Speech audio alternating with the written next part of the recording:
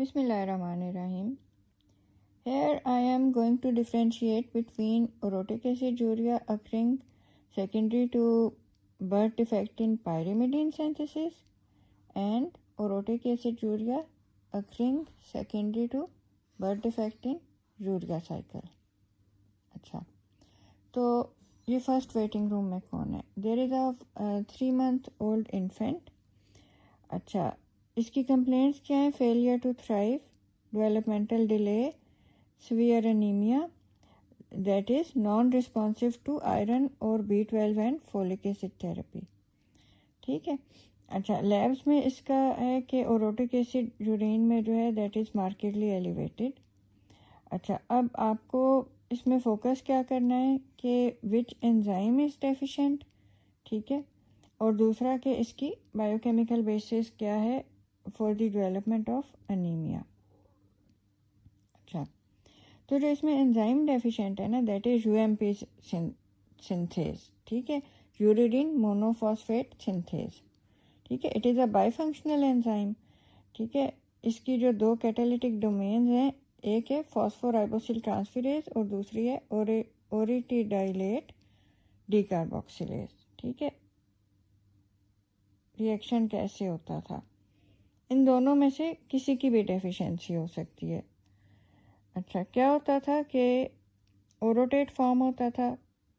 कैसे फॉर्म होता था कि पहले इसमें कार्बामोइल फॉस्फेट फॉर्म होता था. ठीक है, फिर कार्बामोइल एस्पार्टेट फॉर्म होता था और फिर वो पहले डाइहाइड्रोरोटेट बनाता था, फिर वो साइक्लाइज होकर ओरोटेट बना देता था. ठीक है, तो मैंने सिर्फ इधर ये वाला स्टेप डाला है बिकॉज इधर ही डेफिशिएंसी है ना, तो मैंने पूरी पाथवे नहीं बनाई.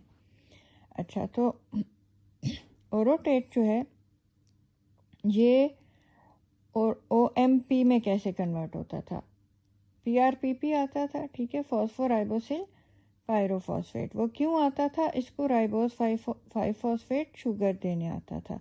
जब इसको राइबोस 5 फॉस्फेट शुगर मिल जाती थी तो ये किस में कन्वर्ट हो जाता था? ओरोटेट मोनोफॉस्फेट या OMP. ठीक है, फिर इसकी डीकार्बोक्सिलेशन होती थी.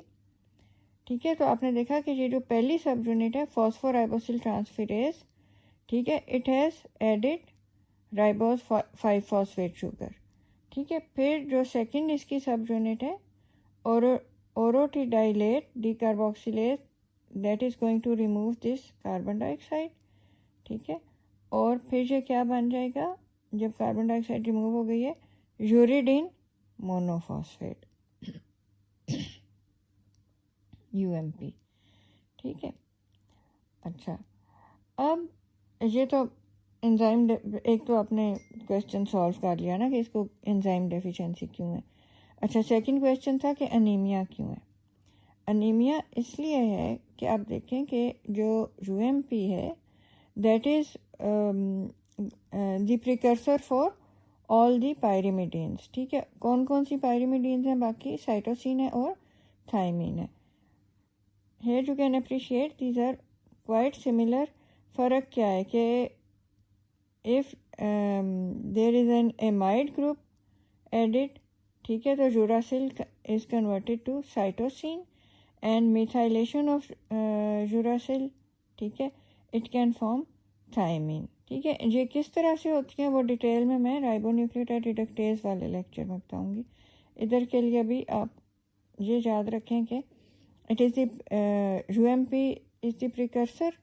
ठीक है. अच्छा, तो अब अगर UMP नहीं फॉर्म हो रहा तो इसका मतलब है पायरिमिडीन्स नहीं फॉर्म हो रहे. पायरिमिडीन्स नहीं फॉर्म हो रहे तो क्या हो गया है? DNA का सिंथेसिस इम्पेयर हो गया. DNA का सिंथेसिस इम्पेयर हो गया है तो which cells are going to be hit hard?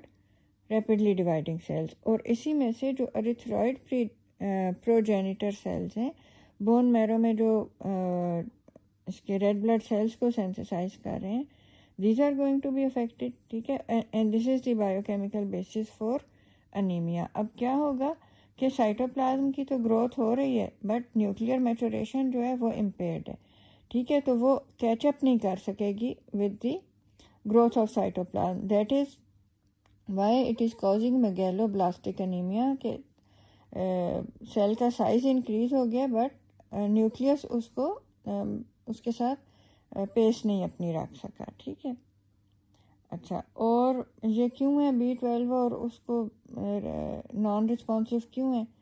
क्योंकि ये उसकी डेफिशिएंसी की वजह से ही नहीं हुआ, इसकी बायोकेमिकल कॉज ही और है, ठीक है। अच्छा, अब नेक्स्ट पेशेंट आ गया है। अब ये क्या है, पेशेंट XYZ मेल है, एज इसकी 1.5 वीक्स है, ठीक है, बहुत ही छोटा है। अच्छा, अब इसकी फाइंडिंग्स क्या है, टेकिपनिया है, हाइपोथर्मिया है और ड्राउजीनेस है, ठीक है। टेकिपनिया मीन्स के इसकी जो रेस्पिरेटरी रेट है बहुत ज़्यादा इंक्रीज़ हुआ है, ठीक है। ये स्ट्रेस में है, इसका टेम्परेचर भी थोड़ा डाउन है, ड्राउजी है। अच्छा, सीरम अमोनिया इसका मार्केटली एलिवेटेड है, ठीक है। अब देखें कि 1020 मिलीमोल्स है और जो रेंज है नॉर्मल वो 5 to 35 मिलीमोल्स होती है। अच्छा, यूरिन ओरोटेट हाई है और आपको क्या करना है, इसकी रिपोर्ट की इंटरप्रिटेशन करनी है। अच्छा, तो ये जो है ना, अभी आप देख रहे थे कि CPS2 है ना पायरिमिडीन सिंथेसिस में, तो CPS1 किस में होता है, यूरिया साइकिल में। यूरिया साइकिल क्या क्या कर रहा होता है, अमोनिया और कार्बन डाइऑक्साइड को मिला के कार्बोमाइल फॉस्फेट बनाता है, और कार्बोमाइल फॉस्फेट जो है फिर इधर क्या होता है कि यूरिया साइकिल चल रहा होता है ना, यूरिया साइकिल में ऑर्निथिन गोल गोल घूम रहा होता है, हर यूरिया साइकिल में ये जनरेट हो रहा होता है।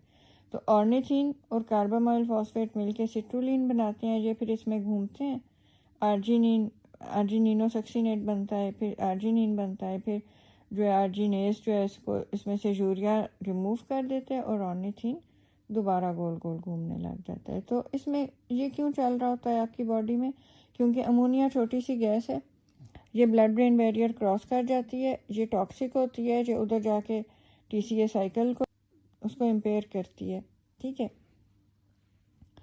अच्छा, कैसे इम्पेयर करती है कि उधर जो अल्फ़ा कीटो ग्लूटारेट है उसका ग्लूटामेट बनाती है, फिर ग्लूटामेट में और अमोनिया जाके ग्लूटामीन बनाने लग जाती है, तो वो पूरा आपके जो ब्रेन का एनर्जी का साइकिल है वो डिस्टर्ब हो जाता है, ठीक है।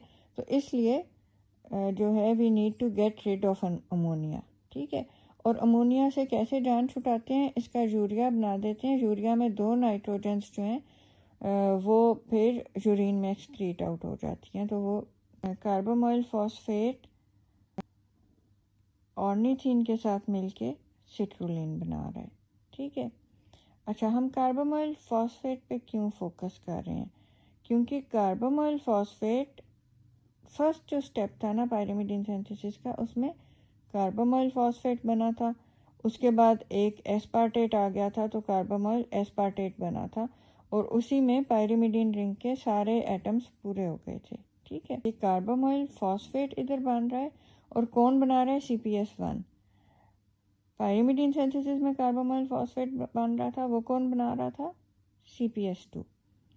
अच्छा, तो अब अगर आप पहले तो खुद ब्रेनस्टॉर्मिंग करें कि इस यूरिया साइकिल में कौन सा एंजाइम अगर डेफिशिएंट हो तो कार्बोमाइल फॉस्फेट रेज हो सकता है, ठीक है। क्या CPS1 डेफिशिएंट हो तो कार्बोमाइल फॉस्फेट रेज होगा, नहीं। ये जो एंजाइम है OTC, ठीक है, OTC stands for ornithine transcarbamoylase, अगर ये डेफिशिएंट है तो क्या कार्बोमाइल फॉस्फेट जो है वो रेज होगा, बिल्कुल होगा, ठीक है, बिकॉज ब्लॉक है, और ब्लॉक जो है it is going to cause backlog of carbamoyl phosphate. अच्छा, फिर जब कार्बोमाइल फॉस्फेट रेज हो जाएगा तो अब इसको कहीं पे तो जाना है, it can not enter the urea cycle, क्यों नहीं जा सकता, because there is a block, ठीक है, एंजाइम अवेलेबल नहीं है, ठीक है। तो ये क्या करेगा, नॉर्मली तो ये यूरिया साइकिल चल रहा था और ये इसमें जाता था, ठीक है। अगर तो CPS1 नहीं है तो फिर तो क्या था कि अमोनिया रेज हो जाती थी ना, लेकिन हम इधर क्यों आए हैं, हम देखने आए हैं कि ओरोटिक एसिड यूरिया को देखने आए हैं, ठीक है। तो इसमें तो ओरोटिक एसिड यूरिया नहीं हो रहा। सेकंड क्या सिनेरियो था कि उसी तरह से यूरिया साइकिल चल रहा है, ठीक है, लेकिन OTC डेफिशिएंट है। अब अगर OTC डेफिशिएंट है ना, तो क्या होगा, carbamoyl phosphate is going to build up, ठीक है। और उसके अलावा इसके बैकलॉग की अमोनिया भी जो है वो भी उसकी भी बिल्डअप हो रही है पीछे ना। अच्छा, तो कार्बामोइल फॉस्फेट जो है ना वो फिर चैनलाइज हो जाएगा into pyrimidine synthesis. Pyrimidine synthesis increase हो जाएगा। वो जब इंक्रीज हो जाएगा तो फिर जो है ये इतना ज़्यादा हो रहा है कि कुछ जो है ओरोटिक एसिड ये अब यूरिन में भी स्पिल हो रहा है, तो ओरोटिक एसिड यूरिया भी कॉज हो रहा है, ठीक है। तो ये हाई शील्ड पॉइंट्स हैं एग्जाम पॉइंट ऑफ व्यू से। कैरी होम पॉइंट्स क्या हैं कि अगर आपको ओरोटिक एसिड मिल रहा है यूरिन में प्लस देयर इज़ अनीमिया, तो आपका किधर ध्यान जाना चाहिए कि there is pyrimidine synthesis defect. अच्छा, और अगर there is orotic acid in urine plus hyperammonemia, तो फिर आपको क्या सोचना है कि ये यूरिया साइकिल का डिफेक्ट है। This is the ornithine transcarbamoylase deficiency, ठीक है। तो आप डिफ्रेंशिएट कैसे करेंगे orotic aciduria due to UMP synthase deficiency, कि उसमें अमोनिया नहीं रेज्ड होगा। अगर orotic aciduria due to urea cycle birth defect है तो उसमें अमोनिया